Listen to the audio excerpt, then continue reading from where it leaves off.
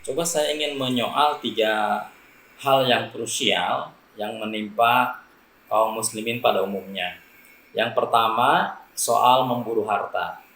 Jadi Allah Subhanahu wa taala itu mewariskan bumi ini, bumi seisinya itu untuk orang-orang soleh, untuk orang-orang yang beriman. Begitu kan dalam Al-Qur'an ya. Tapi persoalannya, kenapa setelah Allah memberikan SK langsung bahwa bumi ini diperuntukkan secara khusus untuk orang-orang yang soleh, tapi di tataran praktis orang-orang yang di bawah kemiskinan itu adalah orang-orang soleh tadi, orang-orang yang beriman tadi. Nah ini tanda tanya besar tuh ya, the biggest question mark gitu. Tanda tanya besar apa yang terjadi dengan orang-orang mukmin, orang-orang soleh yang mendapat SK langsung untuk mewarisi bumi seisinya, tapi mayoritas mereka berada di bawah garis kemiskinan. Nah, setelah dilakukan banyak studi, memang umat Islam pada umumnya itu mengalami kemiskinan kultural. Jadi secara umum banyak kaum muslimin yang males-malesan, sudah merasa cukup dengan apa yang diperoleh sedikit, sementara dia masih punya banyak peluang, banyak waktu yang bisa digunakan untuk memburu harta itu. Ya sebagaimana ditegaskan oleh Umar bin Khattab, Allah kan tidak pernah menurunkan hujan emas kan. Sehingga kaum muslimin ini kalau ingin memperoleh karunia Allah, mendapatkan harta yang halal, yang baik, ya dia harus memburunya, mencarinya. Tentu dengan bekerja secara profesional itu. Nah ini yang patut mendapat perhatian kita semua dari kalangan kaum muslimin soal memburu harta. Jadi terlalu banyak yang nyantai, sementara peluang banyak dan waktu digunakan hanya untuk nyantai-nyantai saja, tidak serius ya, tidak bekerja secara profesional ya dengan sungguh-sungguh dan seterusnya sehingga memperoleh karunia Allah yang banyak. Ini yang menyebabkan kaum muslim ini banyak berada di bawah garis kemiskinan itu. Ya memang di sisi lain adalah sedikit faktor misalnya penyebab kemiskinan struktural. Ya, kalau ini kan dari political will dari pemegang kekuasaan, tapi itu kecil, saya kira lebih banyak didominasi oleh kemiskinan kultural itu. Nah, ini yang harus dijawab ya, dicarikan solusinya bagaimana kaum muslimin ini sadar pentingnya ekonomi dalam menopang berbagai program kehidupan, berbagai program keumatan. Satu itu poinnya. Jadi cara kita memperoleh harta, memburu harta kurang maksimal, kurang profesional.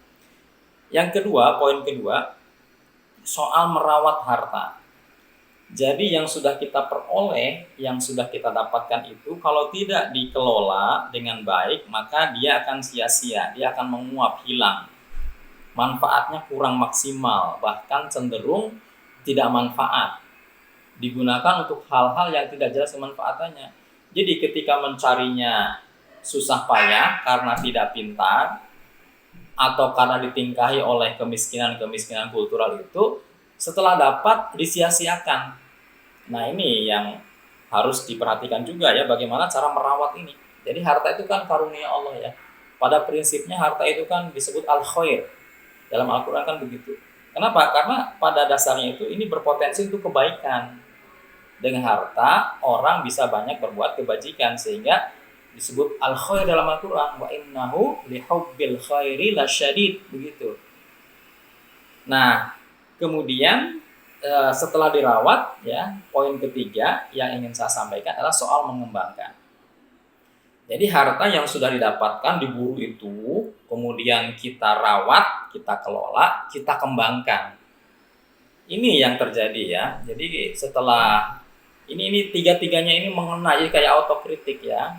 Memburunya kurang maksimal, merawatnya tidak pintar, mengembangkan tidak dilakukan juga, hanya dengan tahap-tahapan atau dengan cara yang konvensional, sehingga menyebabkan orang per orang atau mungkin secara komunal kaum muslimin ini banyak berada di garis kemiskinan itu, di bawah garis kemiskinan itu. Nah ini 3 hal ini patut mendapat perhatian dari kaum muslimin dimanapun berada berkaitan dengan harta benda.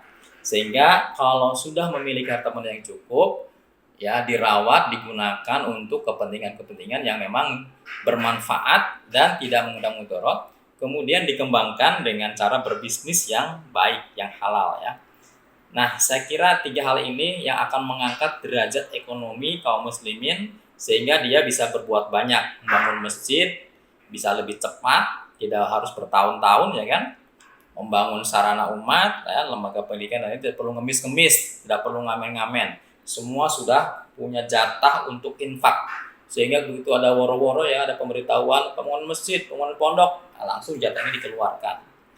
Nah, cara-cara ini yang harus segera dilakukan oleh kaum muslimin sehingga mereka terangkat dari keterpurukan ekonomi. Terima kasih.